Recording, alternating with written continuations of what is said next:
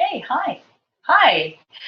My name is Natalie Smith, and I am the Executive Director of Awaken Aware LLC here in Albuquerque. We are a clinic that specializes in delivering comprehensive dialectical behavior therapy for adults and adolescents, and we work very, very closely with folks who suffer profound traumas. So it is my pleasure to be here today with my colleague to talk with you about DBT with adolescents. Hi, I'm Teresa Olguin. I've been with Awaken Aware for the past 5 years, also serving adolescents and adults. I'm really excited to be here today, especially in the camaraderie of fellow social workers. So thank you for having us. All right, well, let's get started. As you'll see up on your first screen, DBT, or dialectical behavior therapy, we want to give you a little bit of an idea about what it is. So it is a cognitive behavioral treatment. It was originally created by Linehan and Marcia Linehan out of the University of Washington. She is still up there and still working and still very active in the dissemination of DBT and its training. So I'm going to let Teresa tell you a little bit more about what it is and where it comes from and why DBT. So today we're also going to be really looking at how DBT conceptualizes treatment for adolescents. So before we do that, we're going to talk a little more in general about what the protocol offers, as well as what it looks like for adults. So the protocol itself has been found very effective for a wide array of different kinds of behavioral issues, emotion dysregulation, and the overarching goal of DBT is really around building a life worth living. And so what I really appreciate and value about that is that DBT really recognizes that each person gets to identify what that innate life worth living would look like to them and create a version of that over time with their therapist, while they're also working to target behaviors that are getting in the way of that. The adult protocol involves different modes of treatment. So some of the modes of treatment include individual therapy, at least one time a week. We also offer skills training, and really those two pieces complement each other so well that they come as a package deal. We also offer telephone coaching. So this is really the opportunity for the client to reach out to their therapist when they're not in skills training group or when they're not in individual therapy session, so that they are able to continue to generalize and build on the skills that they're already learning. And that's essentially what telephone coaching is about. It's the clinician really coaching the client in the moment, on the phone, on helping them to decrease the dysregulation that may be occurring, or to interrupt the impulsive behavior that there may be urges for. And so it's really not therapy on the phone. It's much more about how to deal with the moment and the crisis situation. Structuring the environment to support DBT goals is about really having collaborative and close relationships with the family system, as well as with school environment, as well as any other kinds of environments that the adolescent or the adult person may be a part of. And so with adolescents, you can imagine how much more important that is as a minor to really incorporate all the different facets of their environment. And we also have a mode of treatment called consultation team. This is really therapy for the therapist, and what that means is that we all come together to meet, and we really are able to identify the specific challenges that we may be having in providing treatment to individuals who are dysregulated, which can be a challenging task. And so we get the opportunity to really identify any barriers or impediment to our own efficacy in serving our clients at Awaken Aware and in DBT. Mm-hmm. We also use some adjunctive pieces like a diary card, a behavioral chain analysis, which we have some images of that we're going to share with you. And again, this is all in support of building that mindfulness piece, that self-awareness that really allows for the growth between having an urge and then engaging in the behavior. Okay. Yeah, I do. So just remember, the reason why we're giving you this sort of background on the adult protocol before moving into how it's been modified for adolescents is to really give you a clear vision of what this model is, what the behaviors are that we're wanting to really treat with this model, and also to give you a sense that originally this protocol was developed to treat primarily women who are suffering from chronic issues of suicidality or emotion dysregulation that were viewed as treatment resistant and oftentimes just kind of discarded or viewed as somehow not helpable. And so this protocol was developed in service to trying to really come up with a structure that would be a little more intensive for the individual than standard outpatient therapy as we sort of know it, that one time a week, and that would really focus on dealing with skills deficits and increasing the skill sets to try to modify problem behaviors or things that were happening in their lives to, quite frankly, increase better outcomes. So we just want to give you this basic purview of what's going on with the protocol before moving into the adolescent so that you can really compare and contrast where these changes or modifications were made and why they got made. Thank you. So when we start to look at some of the ways that the adolescent DBT program is modified, this involves a difference in the treatment goals that we're going to have. This also incorporates the family system like we spoke to earlier. So there are separate program components for family members. There's a parenting skills class where they're learning essentially many of the same skills that the adolescent will be learning in their skills training group as well. And then we're also really trying to not just didactically get across the information, but to really have the client in an embodied way really be able to absorb the information. So we're getting really experiential when we can, using art, using sound tray, any other kinds of mediums like movement that might really just hit it home for our adolescent clients. So remember the reason why there would be a modification for adolescents, and I know at this point in your semester you've had a lot of information supporting the developing brain, what it looks like in an adolescent versus what it looks like in an adult. But really these modifications were made to tailor towards where the development of the adolescent brain really is. So these specific goals that we're talking about are addressing ways in which adolescents who tend towards impulsivity or high risk taking or have difficulty being able to modulate their reactions or their responses. The specific goals in this program really do orient around that. The involvement of parents, obviously, with adolescents, you really cannot treat them without treating the system within which they exist. And so we're very, very vigilant to incorporating a lot of the tools that we teach adolescents into the curriculum that we teach parents. And then finally, as you all probably know, having done practicums, working with adolescents in other settings, trying to keep their focus, trying to keep adolescents taking in information and processing information sometimes takes a little bit of ingenuity. So a lot of that creativity is designed to really get you capitalizing on the strengths that adolescents do have, which is their ability to interact well interpersonally with their peers, feel a sense of self-worth by virtue of getting that feedback. So a lot of our mindfulness exercises, some of which we'll talk a little bit about, are really oriented around how to get teens interacting with teens, and by doing so, interacting with themselves in a different way. Some of the things that I really value the most about DBT is that DBT really allows the clinician to be themselves. And so I think especially in treating adolescents, it's just really important to be able to harness what is called radical genuineness. So that ability to really be yourself, be comfortable in your own skin, be goofy if you're going to be goofy. All of those things seem to work in an effort to lower some of those defenses or that self-consciousness that an adolescent client may be experiencing. And I also feel like some of the mindfulness exercises that we work with them on as well does the same kind of thing. Mm-hmm. So an example of like one of our mindfulness exercises would be something called sound ball.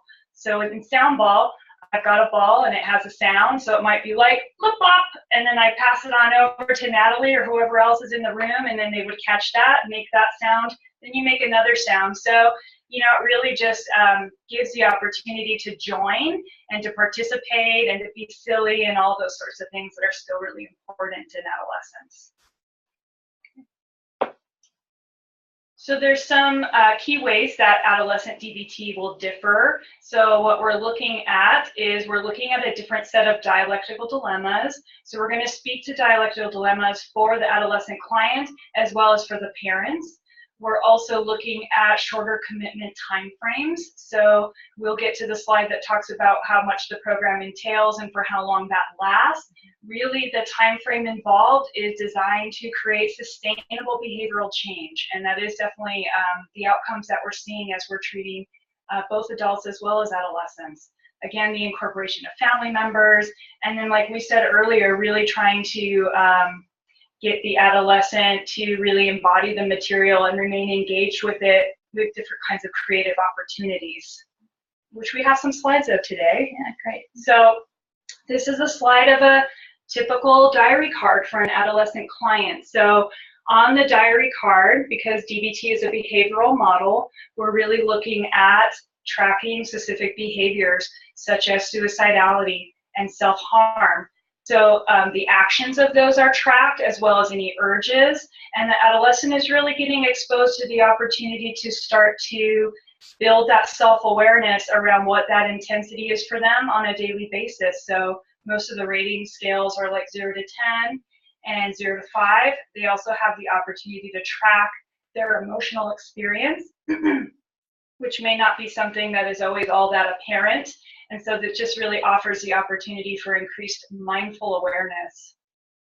Yeah, the only thing I would add to that, and something to really take into consideration, especially for those of you familiar with CBT in general, diary cards are flexible. They're sort of living entities. And what I mean by that is that behaviors change, at least we sure hope that they will by virtue of them engaging in the treatment. But just by trying to make change, change will happen. And so the diary card is really this way that individuals get to track that change. So while this is a standard diary card, every client, every individual adolescent's card will be reflective of their respective behavioral concerns, or the things that they really want to be working on. And so you may see up there, there's drugs. Obviously, we all have emotions. Not everybody has drug issues, but we all have urges and we all have actions. And so the reason for the generic languaging there is really to allow for things to become far more personable, so that each individual client's walking around with a diary card that they feel like is reflective of who they are and what they're working on. Mm-hmm.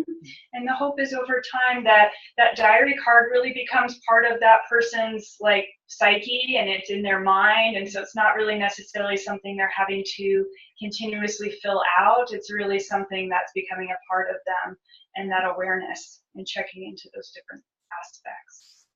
Right. This is an example of one of the very first core mindfulness skills that is taught in DBT is states of mind.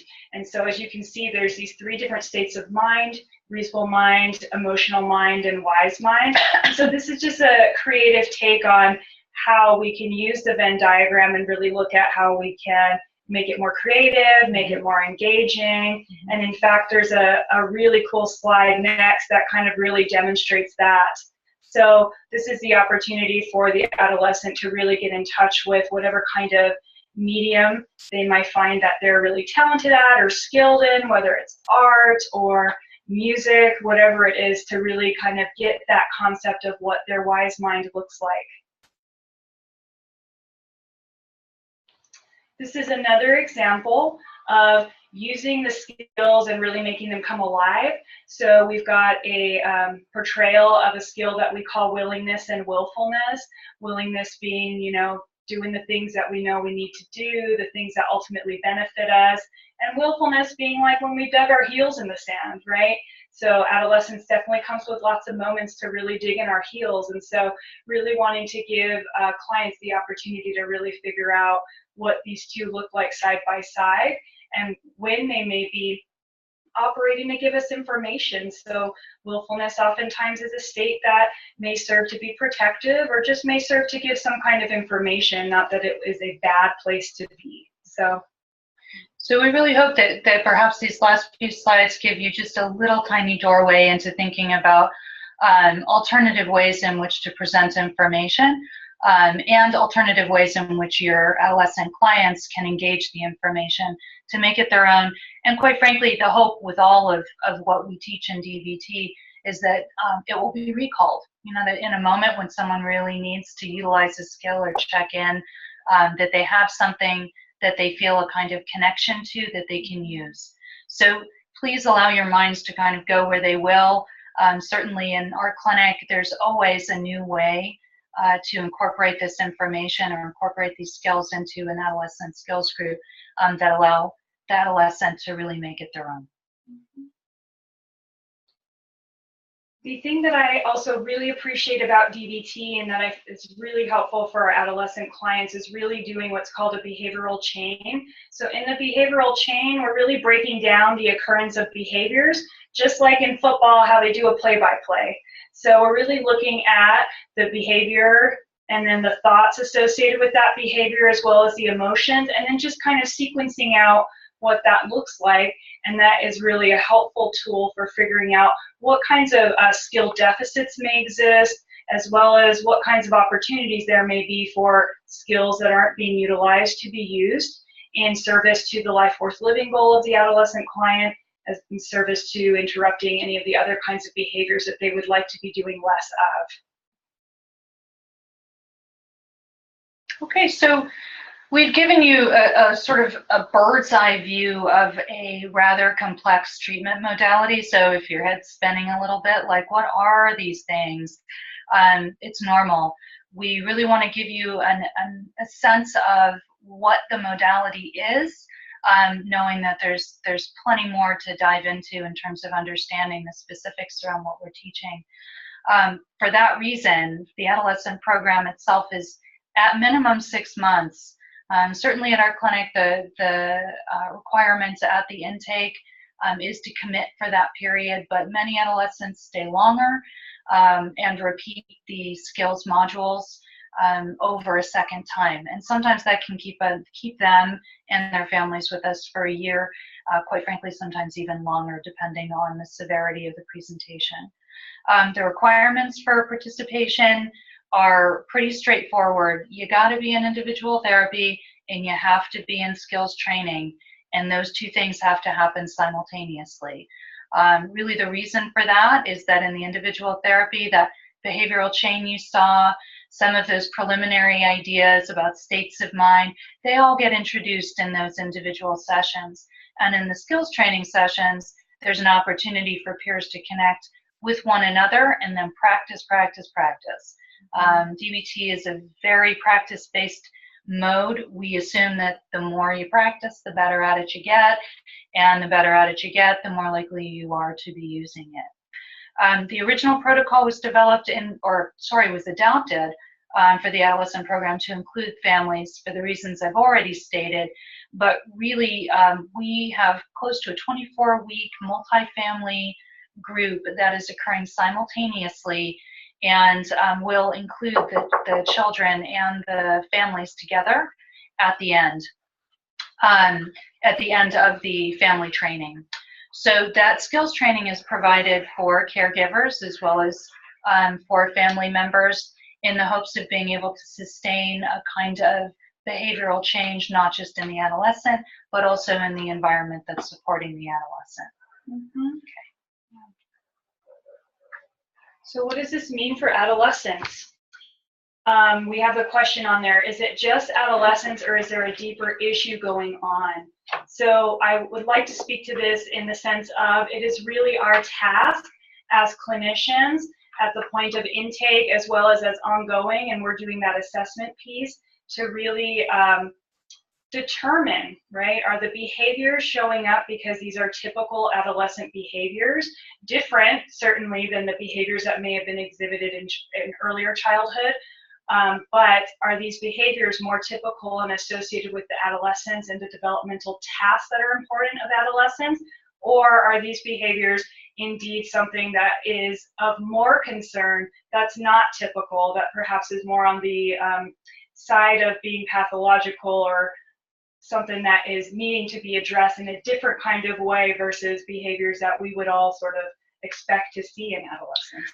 Right. So what I really want to point out to you all that I'm sure is obvious to you at this point, right, is first off, DBT is a non-pathologizing modality. We utilize diagnostics. They're important. They give us really good information about what presenting symptoms are sort of coalescing to create for the individual on a day-to-day. But really what we're looking for is some understanding of how do these behaviors help this individual get what they need? Does it help them get what they need in a way that's functional, that's healthy, that's safe? And so adolescence is one of those periods of time. I'm certainly an adult that was an adolescent that did all sorts of crazy stuff when I was a kid. It is a time when we do all sorts of crazy stuff. And it is part of us learning where the boundaries are and growing into mature adulthood, figuring out who we are and how we are who we are. So there's always an assessment piece happening here when we're doing this work.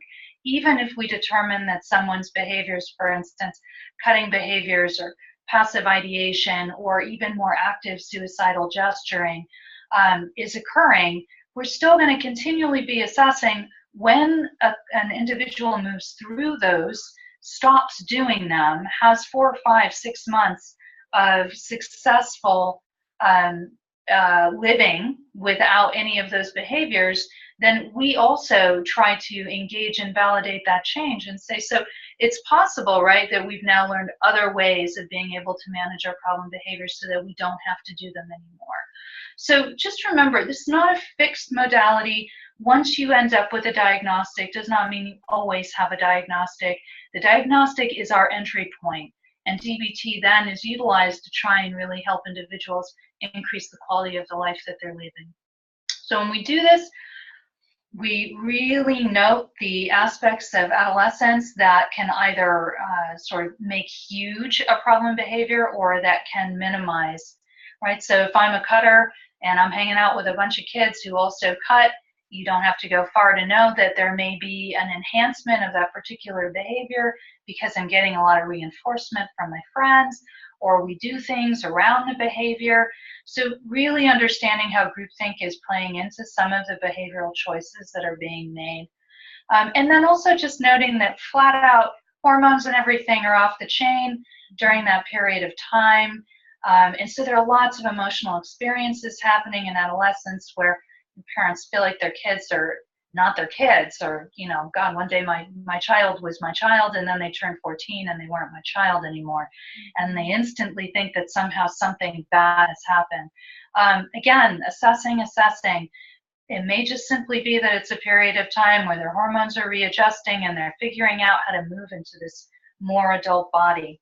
But I really want to emphasize for you all in thinking about doing this work that you consistently hold in that mix, that there are often characteristics that show up in adolescence that if they showed up in an adult, we'd say, oh, there's something going on. But showing up in an adolescent, it may just be something that's time limited and changing.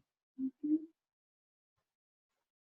So we're going to be moving into some things that are really important to consider in treating adolescents, especially from a DBT lens. And it's really going to give you the opportunity to take a look at how DBT really proposes more of a skills deficit model versus a medical model, and in that way really supports the non-judgmental stance that we as clinicians are able to take in regards to the behavior that we're seeing.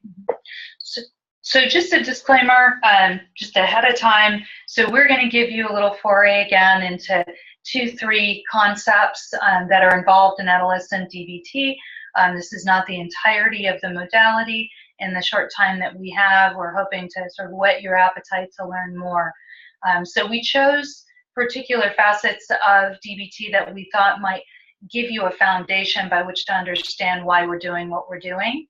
And so the biosocial theory is key in helping us understand how we can orient from a non-pathologizing location, as well as how we can also find ways to work with problem behaviors that's different than the ways in which oftentimes kids have had them dealt with before. Mm-hmm. So maybe you want to speak a little to that. Yeah, absolutely. So we have a really lovely slide here that's really connected up with some great images around what the biosocial theory looks like. So in the biosocial theory, we're working with 2 different components that are interacting together to kind of create what we may be seeing in a client, whether adult or adolescent, and especially in our adolescent clients. So the biology piece is a part of the bio piece. So what we're looking at there is that there's a predisposition to a level of sensitivity that may not be inherent in other family members or in other people. It's something more that the individual is born with. not necessarily something that's bad, really is something that can look like lots of compassion and empathy, as well as creativity that that individual may be able to access as a result. So we're looking at that, and there's really a few different kinds of reactions that we're seeing there. So we're seeing that typically when there's an event that could cause distress, that reaction time is very quick, right? And the reaction time is also pretty intense. So if we're thinking about really driving a fast car, we're kind of talking like 0 to 100 in like a few seconds flat. The other thing that we're seeing is that there's a slow return to baseline, meaning that it's just going to take a little bit of time, a longer time for the sensitive individual to come back to what their sort of baseline or their norm is for functioning. Okay. So just the one piece that I would add to that is to remember that that sort of tolerance piece really is a predisposition. Some of us are sort of mellow jello when we come out, literally. We're just that baby that doesn't really respond to much with very high intensity. We're kind of easygoing. We're the ones that people often, when we're being held by our parents, are viewed as just like joyful, easy.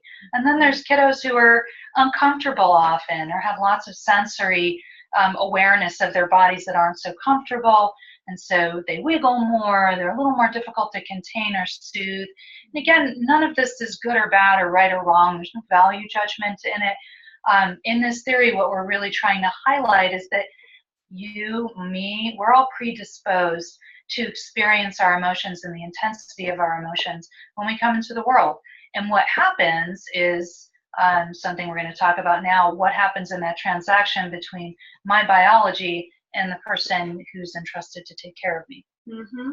And so that's when that particular biology transacts with the environment.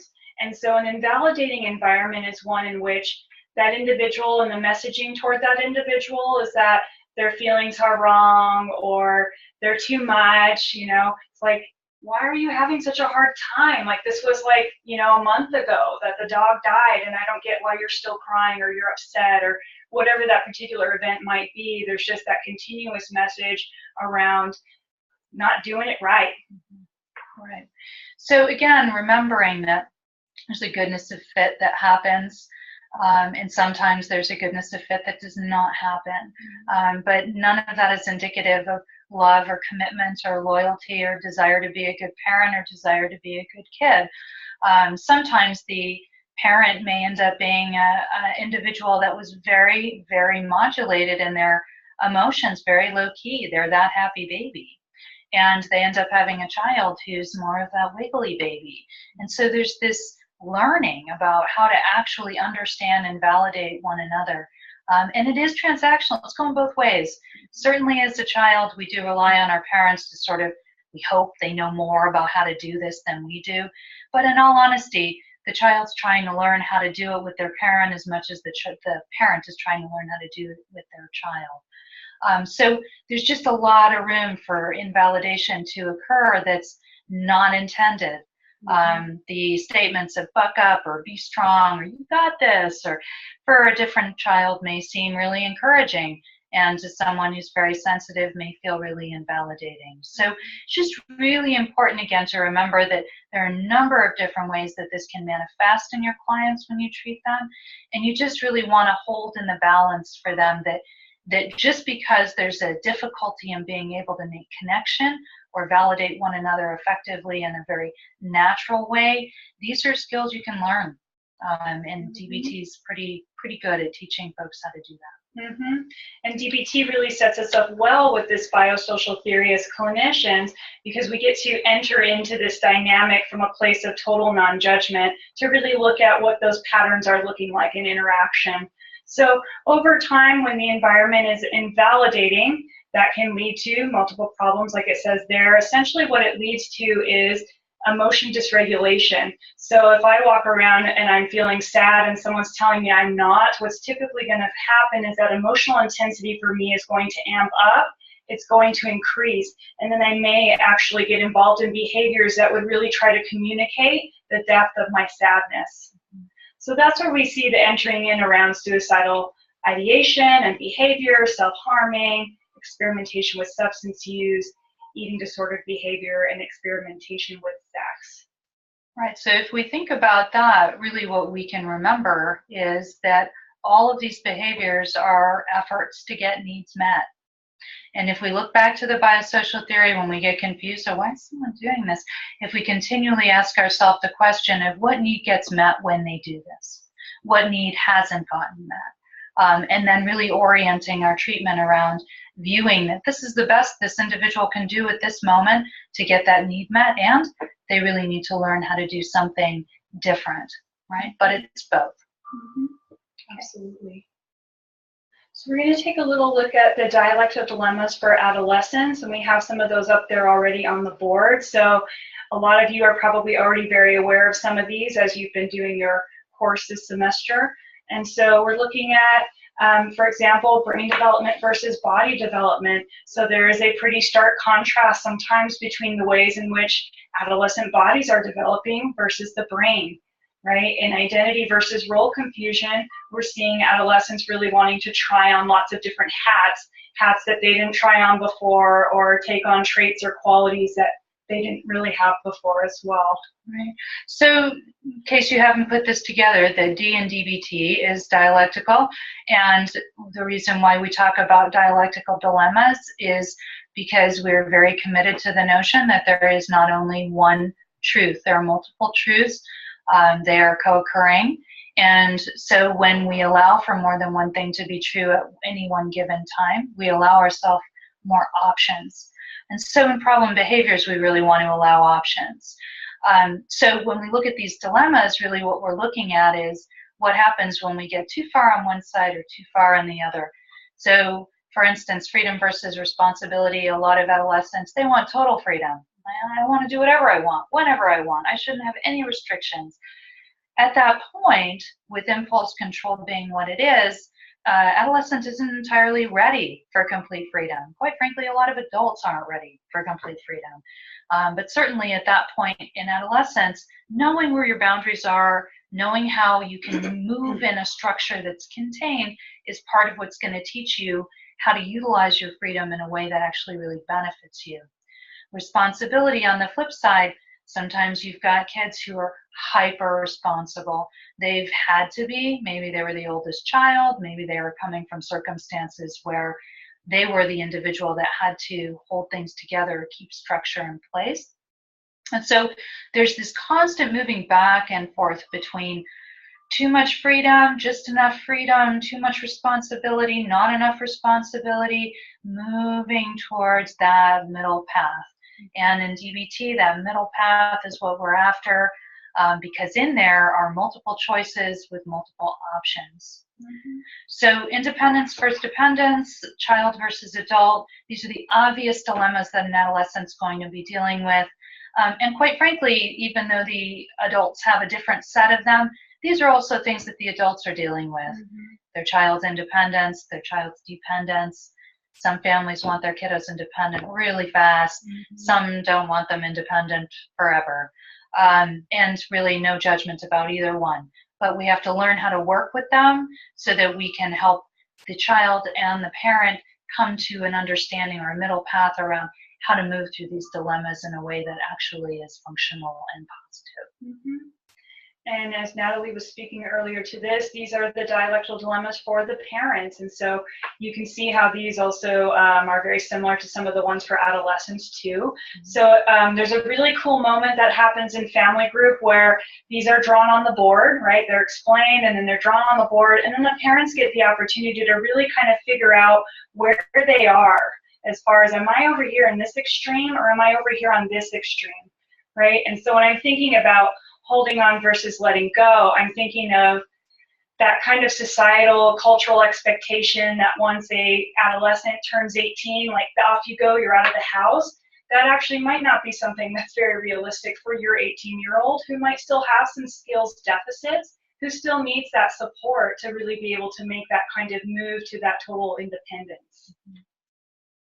So the only other piece I would offer here, and there's, I mean, honestly, we could spend a couple hours with you talking about these particular dilemmas, which is why the family group ends up being 24 weeks. But I think that there's this really wonderful opportunity in these dilemmas for people to be able to place themselves without judgment, right? My child has lots and lots and lots of behaviors. I don't know how to manage them. And because I don't know how to manage them, I find myself to be a horrible parent. And when I find that I'm a horrible parent, I can't tolerate that. So then I end up pathologizing that behavior and I decide there must be something wrong. You can see how this interplay ends up causing and creating difficulties, pain, suffering on both sides.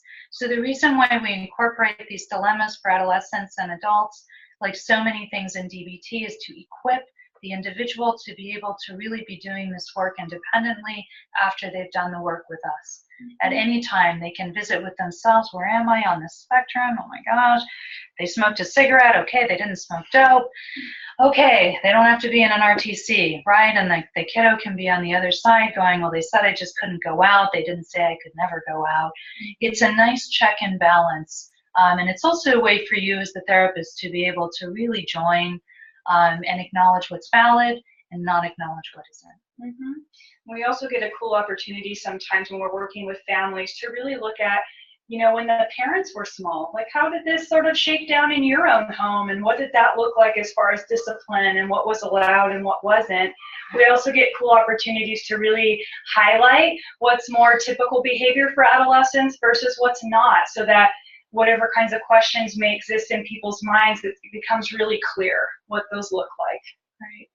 So we just thought we would afford you, in the few moments we have left, a little bird's eye view into some of what the parenting curriculum is addressing. And as Teresa just explained, sometimes just having lists of particular behaviors that maybe from where I come from, my God, we would never have done that. That's not anything you do. We're really trying to kind of blow open this notion of what's the idea of normal behavior? Is there such a thing? And where are the limits for us personally as parents, as well as where are the limits within our community? So again, just a bird's eye view into some of what that curriculum might be able to afford. And lastly, we've got some information around what some of the treatment goals for adolescents and families look like. So we're really looking to support, again, the entire family system from all ends around really trying to increase motivation to do the treatment, to stay engaged in the treatment, to develop those specific skills such as interpersonal effectiveness, which is about how can I more effectively communicate and get more of the things that I want? How can I build relationships? How can I also maintain my self-respect, right? So that's really important at this time as well. Emotion regulation, for being able to regulate some of those ups and downs that we encounter with emotions. Distress tolerance, how to really interrupt impulsivity, how to go through a crisis situation without making it worse, and really trying to work on that dialectical thinking, which again is about really looking at what those extremes are, and if we're falling into one of those extreme positions, and trying to figure out what that middle path is. Also really important in the treatment of the family system and the adolescent is helping them both to structure the environment in a way that's motivating and reinforcing. And again, that's a really individual project.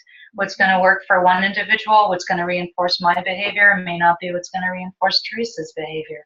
And then there's going to be some things across the board that like we're all going to be motivated by.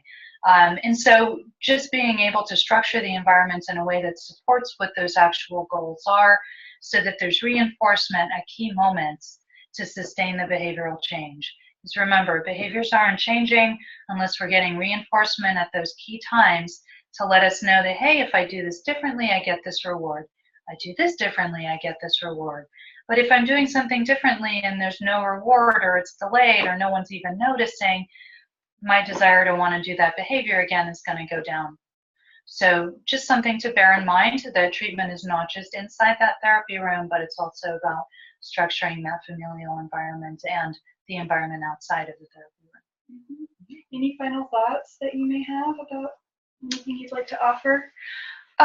You know, I think all I'd like to afford you, yet again, I think this is my third time saying it, you've gotten a 40-minute introduction to some basics around a pretty complex modality. And if you're interested, there's a lot of information out there, and certainly We are a teaching and training institute as well, and we're always available to answer any further questions that you may have about what it means to do DBT, or how one does it, or what it actually looks like. Mm-hmm. And New Mexico needs you as social workers already, and even more so to serve the adolescent population, or to serve in the capacity of providing DBT if that's something that really interests you. So Natalie and I are always available as contacts if you have any questions, or if you'd like to pursue any kind of dialogue going forward around the treatment of adolescents and families. Thank you so much for your time today. It's been an honor to be here and to present this information to you. Thank you.